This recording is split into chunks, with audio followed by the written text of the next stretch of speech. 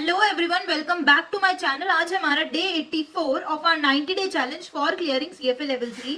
My self Nancy Tanwar, CFA level 3 candidate, level 1 and level 2 educator, and also your friend and your guiding partner in this entire journey for clearing CFA level 3। हम अपने ethics पे थे, ठीक है। हमने अभी तक दो देख चुके हैं। हम दो हमारा कौन कौन से थे? फर्स्ट स्टैंडर्ड है हमारा प्रोफेशनलिज्म, सेकंड है हमारा integrity of capital markets, third जो हम आज शुरू कर रहे हैं which is like a new standard duties to clients, जो हम हाफ करेंगे, फिर नेक्स्ट डे जो होगा वो हम अनदर हाफ करके इसको पूरा कंप्लीट कर लेंगे। तो अभी जो हम करने जा रहे हैं वो है थर्ड ए और थर्ड बी, ठीक है, और उसको ही पूरा खत्म करेंगे। So let's get started.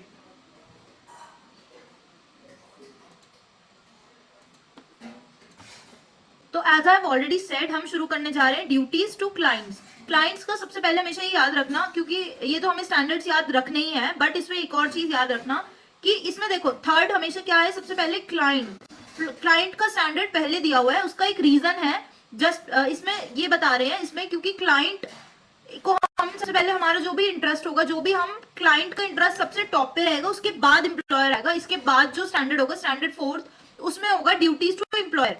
इसलिए हमें याद रखना सबसे पहले ड्यूटी आपकी किसकी तरफ बनती है? क्लाइंट की तरफ, फिर एम्प्लॉयर, और जो अगर कुछ बच गई है ना तो वो अपने तरफ। तो स्टैंडर्ड जो 3A है वो क्या है? Loyalty, prudence and care. Loyalty, prudence and care, ये पूरा मैं बताती हूँ अभी, ठीक है। Members and candidates have a duty of loyalty to their clients and must act with reasonable care and exercise prudent judgement. अभी मैं बताऊंगी प्रूडेंट जजमेंट होता क्या। Members and candidate must act for the benefit of their client and place their clients interest before their employers and their own interest. सबसे पहले किसका होगा? Client का इंटरेस्ट सबसे टॉप पे रखा जाएगा। अब हम अंडरस्टैंड करते हैं इस पूरी चीज को, इन डेप्थ पढ़ते हैं, ठीक है। Understanding the application of loyalty, prudence and care, the responsibilities of members and candidates for fulfilling their obligation under this standard depend upon greatly upon their professional responsibility and the relationship with the client। मतलब इसमें बोल रहे हैं कि जो भी loyalty, prudence और care होगा वो किस पे डिपेंड कर रहा है? प्रोफेशनल आपकी क्या रिस्पॉन्सिबिलिटी है और क्या आपकी रिलेशनशिप कैसी है क्लाइंट के साथ। अब इसमें फर्दर मैं एक्सप्लेन करती हूँ, क्योंकि इसमें ये बोल रहे हैं कि जो कैंडिडेट्स है ना उनको कंप्लाई तो करना ही है लीगली, जो भी ड्यूटी है। ये तो सबको पता है कि हमें स्ट्रिक्टर लॉ से तो हम कंबाइंड जो है अबाइड होना ही है, ठीक है। जो भी रेगुलेशंस है, जो भी उस कंट्री के, उस एरिया के जहां पे भी हम इन्वेस्टमेंट कर रहे हैं उसके तो है ही है। बट इसमें ये भी बोल रहे हैं एक लीगल रिस्पॉन्सिबिलिटी तो है, बट इसमें ये भी है कि जब भी फिड्यूशरी की तरह अगर हम एक्ट कर रहे हैं, नॉर इसमें फिड्यूशरी की तरह एक्ट करने के लिए नहीं बोल रहे। स्टैंडर्ड जो 3A है वो रिक्वायर करता है मेंबर और कैंडिडेट को to work in the clients best interest no matter what the job function. कोई भी जॉब फंक्शन कैसा भी हो सकता है, क्लाइंट के बेस्ट इंटरेस्ट में ही काम करना है। अगर मान लो एडवाइजरी सर्विस नहीं प्रोवाइड करते, डू नॉट प्रोवाइड एडवाइजरी, मैं एडवाइज नहीं कर रही हूँ क्लाइंट को कि आप इसमें इन्वेस्ट करो, आप इसमें करो, मेरा काम जो है सिर्फ ट्रेड एग्जीक्यूशन का। तो चाहे जो भी तुम्हारा काम है उसमें, जैसे मान लो इसमें तो एडवाइजरी का नहीं है, बट ट्रेड एग्जीक्यूशन में आप कैसे क्लाइंट का इंटरेस्ट बेस्ट रख सकते हो, आप ऐसे रख सकते हो जब हम ट्रेड एग्जीक्यूट करें तो हम उसको बेस्ट सर्विस दे, बेस्ट एग्जीक्यूशन दे, ठीक है। बेस्ट एग्जीक्यूशन प्रोवाइड करें उनको, और हमेशा जो क्लाइंट के बेस्ट इंटरेस्ट में काम करे, उसको जो भी चीज हो सकती है, जो भी आपके हाथ में जो भी पॉसिबल है ना, उसको बेस्ट सर्विस देनी है। और इसमें बोल रहे हैं कि मेंबर्स और इसमें स्किल्स और डिलीजेंस और एग्जीक्यूट करते हुए फेवरेबल होना चाहिए टू टर्म्स, जो भी होगा क्लाइंट के फेवर में ही होना चाहिए। Members and clients operating in such positions कौन सी? ट्रेड एग्जीक्यूशन वाली, must use care to operate within the parameters set by the client's trading instruction। जो भी क्लाइंट का इंस्ट्रक्शन दिया हुआ है, एग्जांपल अगर क्लाइंट बोल रहा है आईपीएस में इसमें लिखा है कि डेरिवेटिव इंस्ट्रूमेंट आप नहीं यूज करोगे, तो मतलब आपको वो यूज नहीं करना है, ठीक है। It is like you have to abide by all these trading instructions which are given by the client. Members and candidates operating in blended context. Blended context मतलब लाइक जिसमें आप ना आपकी जो सर्विसेज है वो अच्छे से ना वो नहीं है, आप डाइवर्स मतलब डिफरेंशिएट नहीं कर सकते कि आपकी एडवाइजरी है, ट्रेडिंग एग्जीक्यूशन, बट ब्लेंड है, इसमें दोनों चीजें आपको है। तो आपको वही देखना है कि आपको जो भी अलाउबल प्रोडक्ट्स है, जो भी आप रिकमेंड कर रहे हो, उसमें जो भी उसने अलाउ किया हुआ है वो वाले सारे जो भी ऑब्जेक्टिव्स है और रिस्क टॉलरेंस के हिसाब से आप अच्छे से उसको काम करके दोगे। They would exercise care through diligently aligning the products being recommended, जो भी आप प्रोडक्ट रिकमेंड कर रहे हो वो क्लाइंट के रिस्क और रिटर्न ऑब्जेक्टिव को देखने के बाद ही करना है, ठीक है, ऐसे नहीं कि खुद से मतलब कुछ भी कर रहे हो। Members and candidate should place clients interest first by disregarding any form और personal interest in motivating a recommended transaction, ठीक है, वेल अंडरस्टूड है। Requires them to fulfill the obligations outlined explicitly or implicitly in the client's agreement to the best of their abilities with loyalty, अच्छे से करना है, loyal रहना है, prudence और केयर के साथ करना है जब भी वो होगा। और अगर कोई भी न्यू सिक्योरिटाइजेशन ट्रांजैक्शन हो रही है तो, और वो जैसे किसी भी चीज में हो, क्रेडिट एनालिस्ट की रेटिंग्स में हो, या फिर आप पब्लिक कंपनी को कोई लीड कर रहे हो, या फिर आप कुछ भी मतलब काम कर रहे हो, तो उसमें प्रूडेंस और केयर होना बहुत ज्यादा इसेंशियल है, बहुत ज्यादा जरूरी है। आइडेंटिफाई करना एक्चुअल इन्वेस्टमेंट क्लाइंट, कभी कभार क्लाइंट, इसमें बोल रहे हैं कि हम क्लाइंट को कैसे पता लगाए कि कौन है हमारा क्लाइंट। अच्छा चलो ठीक है, इंडिविजुअल कोई क्लाइंट है तो वो तो बहुत आसान है कि this A B C is my client, this X Y Z is my client. But what if अगर एक मैनेजर जो है बहुत सारे पोर्टफोलियो पेंशन प्लान और ट्रस्ट को डील कर रहा है, बहुत सारे पूरा पोर्टफोलियो को मैनेज कर रहा है, वो कैसे हम निकालेंगे? Client is not a person और entity who hires the manager but rather the beneficiary. जो भी बेनिफिशियरी होगा उस प्लान का, they are the client of a portfolio manager. तो उनके हिसाब से आपको लॉयल्टी, प्रूडेंस और केयर दिखाना है। Members and candidates must endeavour to avoid all real और पोटेंशियल कॉन्फ्लिक्ट्स ऑफ इंटरेस्ट, जितनी भी हो सकती है कॉन्फ्लिक्ट्स ऑफ इंटरेस्ट को अवॉइड करना है और उनसे बचना है। Members and candidate must look at their roles और रिस्पॉन्सिबिलिटीज, जब भी जो भी काम करे रोल देखना, रिस्पॉन्सिबिलिटी देखना, आपके जो बेस्ट में है ना वो करना है आपको। Developing the clients portfolio, client का पोर्टफोलियो आप कैसे डेवलप करोगे?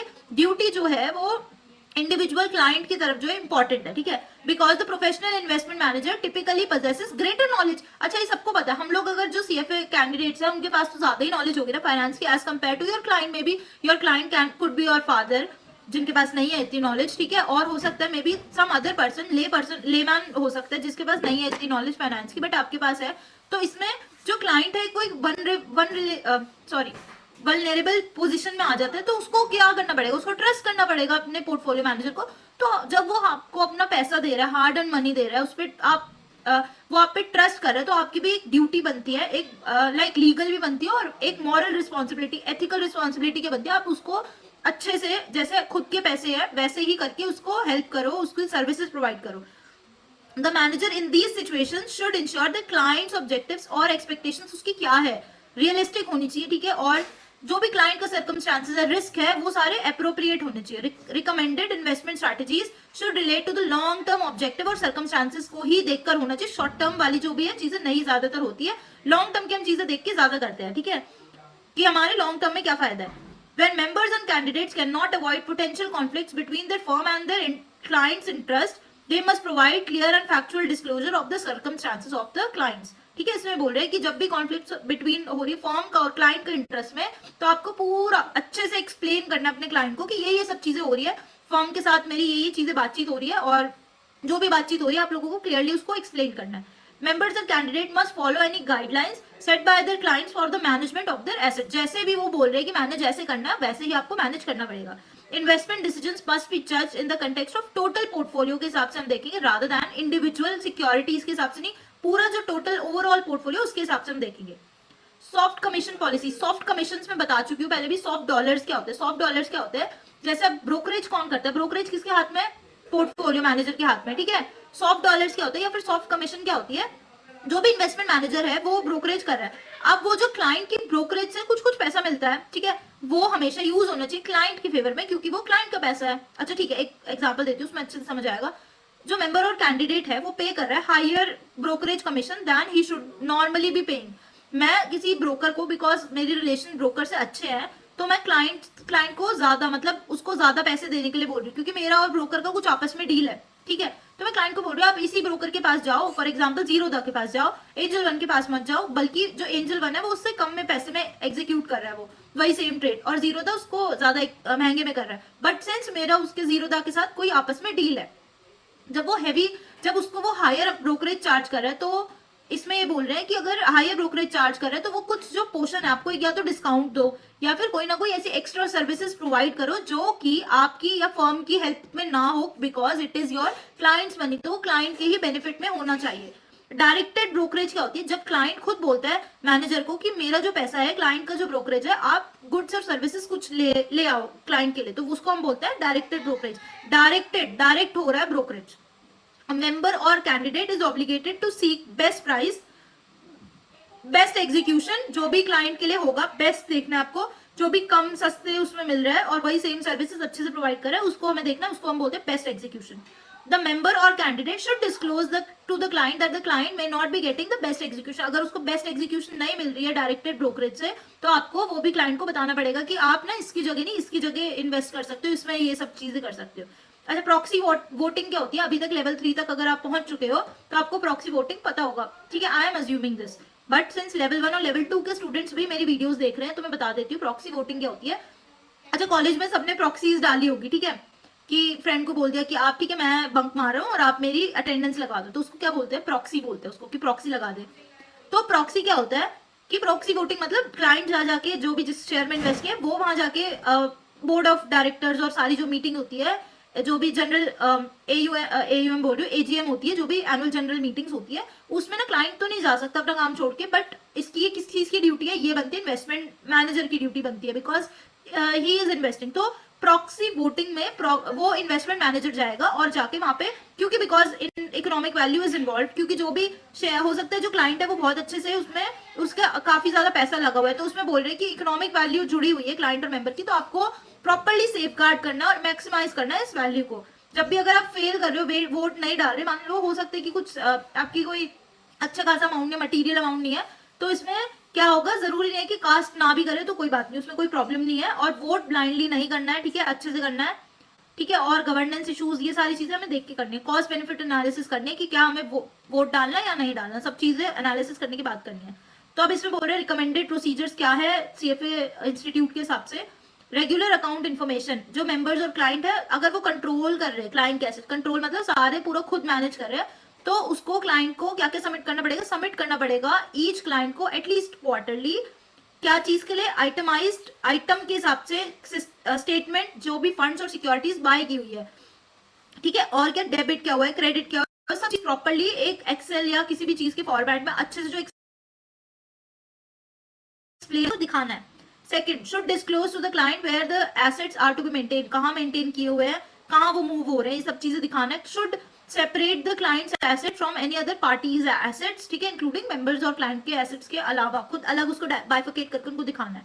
क्लाइंट का अप्रूवल लेना, जब भी कुछ ऐसी अनसर्टेन या फिर अप्रोप्रिएट कोर्स ऑफ एक्शन में आपको लग रहा है, तो हमेशा क्लाइंट की अप्रूवल बहुत ज्यादा जरूरी है, डिमांड करता है, एक्सपेक्ट करता है कि आप कि क्लाइंट के हिसाब से सोच के चलो कि अगर आप क्लाइंट होते तो आप क्या अप्रूवल लेते, क्या क्या चीजें करते, दूसरे के शू में घुस के देखना आपको कि उसकी सिचुएशन कैसी है। इफ इन अ डाउट, जब भी आप डाउट में हो तो हमेशा डिस्क्लोज करना है क्वेश्चनेबल मैटर, जो भी मैटर है आपको क्लाइंट से बात करनी है और अप्रूवल लेनी है उनसे। फॉर्म की पॉलिसीज क्या क्या होनी चाहिए? Follow all applicable rules and laws, ये सब चीजें फॉर्म को फॉलो करनी चाहिए। Establish the investment objectives of the client, consider all the information when taking actions, diversify करना चाहिए, carry out regular reviews लेने चाहिए, deal fairly with all clients with respect to investment actions, disclose conflicts of interest, disclose compensation arrangements, board proxies, maintain confidentiality, seek best execution, place clients interest first। Second, जो हमारा जो last का जो standard है, जो third D आज हम देख रहे हैं, वो है हमारा फेयर डीलिंग। इसमें फेयर वर्ड यूज हुआ है, इक्वल डीलिंग नहीं यूज हुआ है। This is there is a reason for it, मैं भी एक्सप्लेन करती हूँ, ठीक है, कि फेयर डीलिंग क्यों बोल रहे, इक्वल डीलिंग क्यों नहीं बोल रहे। इसमें पूरा जो भी है, जैसे एक लॉ में स्टेटमेंट होती है वैसे ही है, members and candidate must deal Fairlie and objectively. These two words are very important with all clients when providing investment analysis, making investment recommendation, ठीक है, कब कब हमें करना है फेयरली और objectively, when making investment recommendation, providing investment analysis, taking investment action, engaging in other professional activities. Treat all clients Fairlie, सबको Fairlie treat करना है। फेयरली मीन्स भी बताएंगे अभी, ठीक है, फेयरली ट्रीट करना है जब भी हम कोई भी इन्वेस्टमेंट रिकमेंडेशन दे रहे हैं या कोई मटेरियल चेंज हुआ है किसी चीज में, जो कि मतलब न्यू इश्यूज है, जनरल परचेज, सब में, मतलब आपको जब भी कोई मटेरियल चेंज हुआ है आपको या फिर कोई भी आप इन्फॉर्मेशन दे रहे हो, इन्वेस्टमेंट रिकमेंडेशन दे रहे हो, आपको फेयरली ट्रीट करना है। अब फेयरली मीन्स इक्वली बिल्कुल नहीं, ठीक है, फेयरली मीन्स कि डिस्क्रिमिनेट नहीं होना चाहिए कोई भी क्लाइंट आपस में, डिस्क्रिमिनेशन बिल्कुल नहीं होना चाहिए। Fairly means no discrimination. और अगर किसी क्लाइंट ने कोई ज्यादा पैसे दे रखे हैं, समझ रहे हो, पैसे ज्यादा दे रखे तो आपको सर्विसेज भी उसको उसके हिसाब से देनी है। बट जो और भी क्लाइंट्स हो गए आपको वो सारी सर्विसेज की आप ये जैसे होता नहीं, अगर आपने कुछ देखा होगा कि ये वाली जैसे नेटफ्लिक्स या फिर किसी चीज की मेंबरशिप्स होती है, ठीक है, उसमें लिखा होता है ना कि 2 टीवी, अगर आप 2 मोबाइल फोन्स कनेक्ट कर रहे हो, 1 मोबाइल फोन 1 टीवी, ऐसे ऐसे करके कुछ होता है ना, तो वैसे ही क्लाइंट के पास भी ऐसे स्लिप्स होनी चाहिए कि ये सर्विसेज है, ये पैसों में ये सर्विसेज है। अब जो भी क्लाइंट जो भी ऑप्ट करता है उसकी मर्जी है, तो जो भी वो ऑप्ट कर रहा है आपको वो सर्विसेज सॉरी आपको वो सर्विसेज वैसे ही अच्छे से प्रोवाइड करनी है, ठीक है, इक्वली इसलिए नहीं बोल रहे क्योंकि यू प्रोवाइड डिफरेंट सर्विसेज, तो हर एक जो कस्टमर होगा या जो भी क्लाइंट होगा वो डिफरेंट डिफरेंट सर्विसेज मांगता है। Fairly means no discrimination. Standard B 3B does not state equally. This is what I was saying because members and candidates could not possibly reach all the clients at the same time. ठीक है, members and candidates may differentiate their services but different level of services जो भी है negatively या फिर disadvantage एक के दूसरे में नहीं होना चाहिए, मतलब वो आपस में सारी सर्विसेज उन्हें पता होनी चाहिए, डिस्क्लोज करना है सारी सर्विसेज जो भी अवेलेबल है टू एवरीवन। इन्वेस्टमेंट रिकमेंडेशंस की तरफ आए अब हम, तो इसमें मैं बताती हूँ, इसमें है कि मेंबर और candidate primary responsibility is the preparation of recommendation to be acted on by others including those in the members. अब प्रिपरेशन कर रहे हैं कोई रिकमेंडेशन की ये बाय ये वाली सिक्योरिटी बाय करो सेल करो, तो इसमें जो भी क्लाइंट जो भी मेंबर और कैंडिडेट है उसके ऑर्गेनाइजेशन में और भी लोग होंगे। आप अगर रिकमेंडेशन करें, हो सकता है कि कोई और जो आपका कलीग है वो एग्जीक्यूशन में हो या वो कोई भी कुछ भी मतलब डेटा डेसिमिनेट करने में हो, कोई भी काम करने में हो, तो इसमें बोल रहे हैं कि हमेशा जब भी इन्वेस्टमेंट रिकमेंडेशन बता रहे हैं कि क्या होती है, जब भी कोई बाय सेल होल्ड करना किसी भी सिक्योरिटी को, ये इसको हम बोलते हैं इन्वेस्टमेंट रिकमेंडेशन। जब भी एड्रेस कर रहे हैं the manner in which investment recommendation और changes in prior recommendations are disseminated to the clients, ठीक है, इसमें बोल रहे हैं कि information should be disseminated in such a way that all clients have fair opportunity to act on the every recommendation. जो भी इन्फॉर्मेशन प्रोवाइड हुए वो फेयर अपॉर्चुनिटी उनको मिले, अच्छे से टाइम मिले, टाइम नहीं मतलब अच्छे से अपॉर्चुनिटी मिले कि वो उस पर एक्ट कर सके, ऐसा नहीं हड़बड़ी में जल्दी जल्दी आपने बताया कुछ भी, ऐसे मतलब प्रॉपर्ली उसको इन्फॉर्मेशन को आनी चाहिए और उनको पता चलना चाहिए कि उनको क्या करना है, ठीक है। मटीरियल चेंजेस इन मेंबर्स और कैंडिडेट्स प्रायर इन्वेस्टमेंट रिकमेंडेशन, जो भी है प्रायर रिकमेंडेशन अगर आपने कोई बना रखी थी और अचानक से उन्होंने किसी क्लाइंट ने ना ट्रेड ले रखा है या कुछ भी वो होल्ड कर रखी सिक्योरिटी, तो आपकी एक ड्यूटी बनती है कि आप उसको अच्छे से कम्युनिकेट करो टू ऑल करंट क्लाइंट और पर्टिकुलर केयर रखो जिसने भी वो सिक्योरिटी अभी भी उसके पोर्टफोलियो में है वो, तो और जो इफेक्ट हो सकता है तो उस पर ज्यादा मतलब अर्लियर एडवाइस जो भी आपको फटाफट से उस पर एक्शन लेना होगा एकदम अच्छे से केयर करके। Clients who do not know the member और कैंडिडेट हैज चेंज, अगर चेंज करी और रिकमेंडेशन कोई भी और क्लाइंट को अगर आपको लग रहा है कि नहीं पता तो और वो ट्रेड जो है उसी चीज में डाला है, मतलब आपने एक सिक्योरिटी ए आपने ना बाय के लिए बोला, बट जो एक हमारा क्लाइंट है एक्स वो आया और वो बोल रहा है कि मेरे को ना ये सिक्योरिटी सेल करनी है, ए सिक्योरिटी सेल करनी है, तो आपका ड्यूटी है कि आप उसको बताओ कि सर ये पहले सेल की उसमें थी but it is now a buy वाला बाय थिंग हो गया, तो आप सेल मतलब उसको पहले बताओ कि ये चेंज हुआ है, ये पर्टिकुलरली हमने सेल किया था बाय कर दिया, अब उसकी मर्जी है वो जो भी ट्रेड लेना चाहता है, तो आपका ड्यूटी है कि आप उसको समझाओ अच्छे से। इन्वेस्टमेंट एक्शन क्या होगा, मेंबर और candidate treat all clients Fairlie in light of their investment objective and circumstances. अगर फॉर एग्जांपल मेरे पास जो क्लाइंट है ए और बी दोनों की सिचुएशन सेम है, रिस्क टॉलरेंस सब चीज सेम है, तो आपको उसको फेयरली इक्वली ट्रीट करना चाहिए। फॉर एग्जांपल अगर आप इन्वेस्टमेंट कोई भी बना रहे, न्यू ऑफरिंग्स आ रही, न्यू ऑफरिंग्स मतलब जो आईपीओ वगैरह आते हैं या सेकेंडरी फाइनेंसिंग हो रही है तो मेंबर और कैंडिडेट को डिस्ट्रीब्यूट करना है issues to all customers for those for whom investments are appropriate in a manner consistent with the policies of the firm for allocating blocks और जो भी स्टॉक आपको करना है।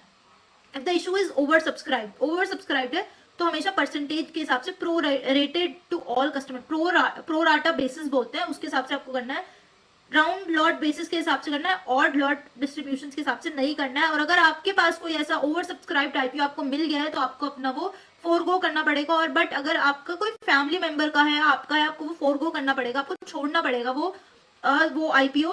बट अगर जो आपका फैमिली मेंबर है वो आपका क्लाइंट है तो तब आपको उसको अच्छे से ट्रीट करना है as a client not as a family member, ठीक है।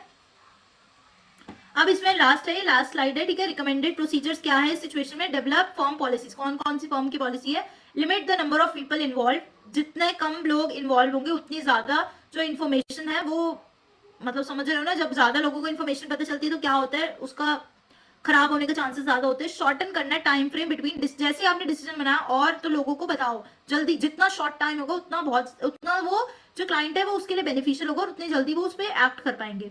Publish guidelines for pre dissemination behaviour, simultaneous dissemination होनी चाहिए, साइमल्टेनियसली डिस्ट्रीब्यूशन होनी चाहिए, बट कभी कभार इन सम सिचुएशंस ऐसा नहीं हो पाता, it is not like feasible, not nor possible. Maintain करना है क्लाइंट्स और उसकी होल्डिंग्स को, ये आपका ड्यूटी है फर्म की।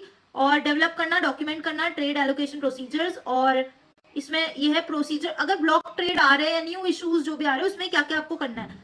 ऑर्डर जो भी आ रहे हैं ना उसमें मॉडिफिकेशंस और कैंसिलेशन जो भी हो रहा है उस सबको डॉक्यूमेंट और टाइम स्टैम्प करना है, टाइम के हिसाब से एक ठप्पा लगाना है कि इस टाइम पे ये हुआ। प्रोसेस और एग्जीक्यूट करना orders on a first in, जो पहले आया पहले ही उसका ऑर्डर करना execute. Developing a policy to address such issues as calculating execution prices and partial fills when trades are grouped or in a block or efficiency.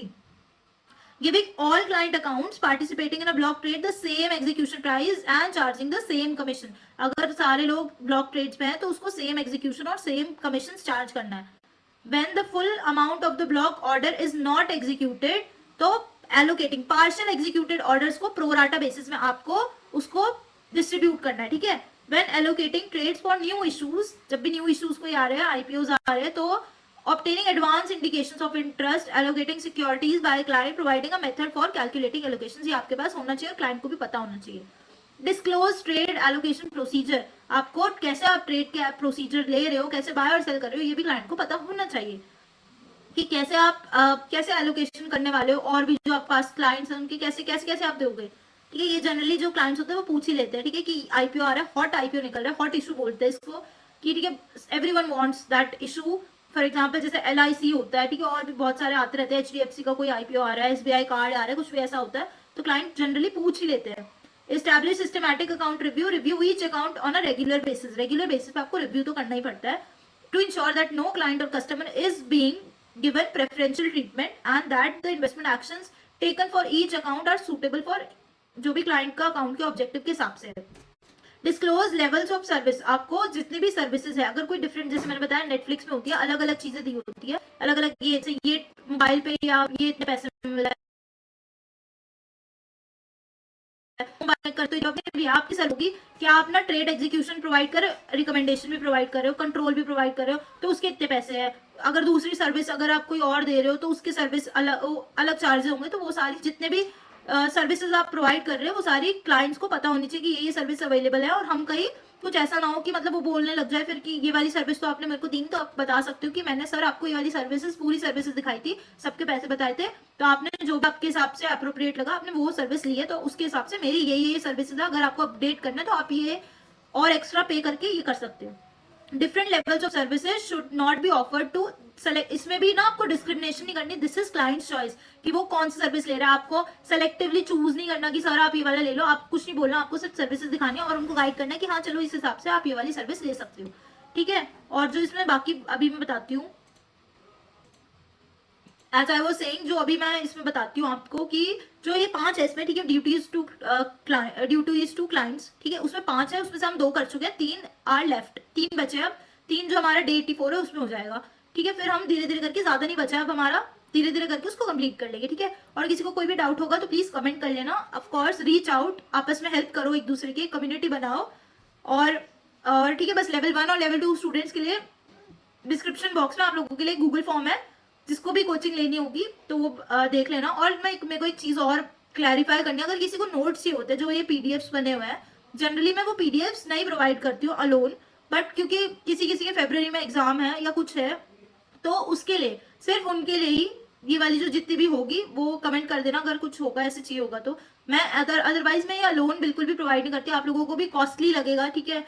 और लेना है तो पूरी इसमें एक कोचिंग वो ले लो, पूरा जो लेवल 3 की क्लासेस है वही ले लो, उसमें क्वेश्चंस वगैरह भी साथ में, मतलब जो भी होगा साथ में मैं समझा दूंगी, चैप्टर वाइज जो भी है, और अगर CFA के जो वेबसाइट है उसमें जो करिकुलम में है वो भी, और पीडीएफ्स भी आपको प्रोवाइड हो जाएगी जो पूरी क्लासेस है, तो आपका फायदा होगा। अगर आप अकेले ये पूरी पीडीएफ्स मांग रहे हो तो उसमें आपका नुकसान है, it would be costly for you, but अगर आपको फिर भी इन केस चाहिए तो आप प्लीज कमेंट कर देना, ठीक है। तो मिलते हैं अब अपनी नेक्स्ट वीडियो में और कंप्लीट करते हैं इस पूरा स्टैंडर्ड 3 को, which is your duties to clients. Bye bye, signing off.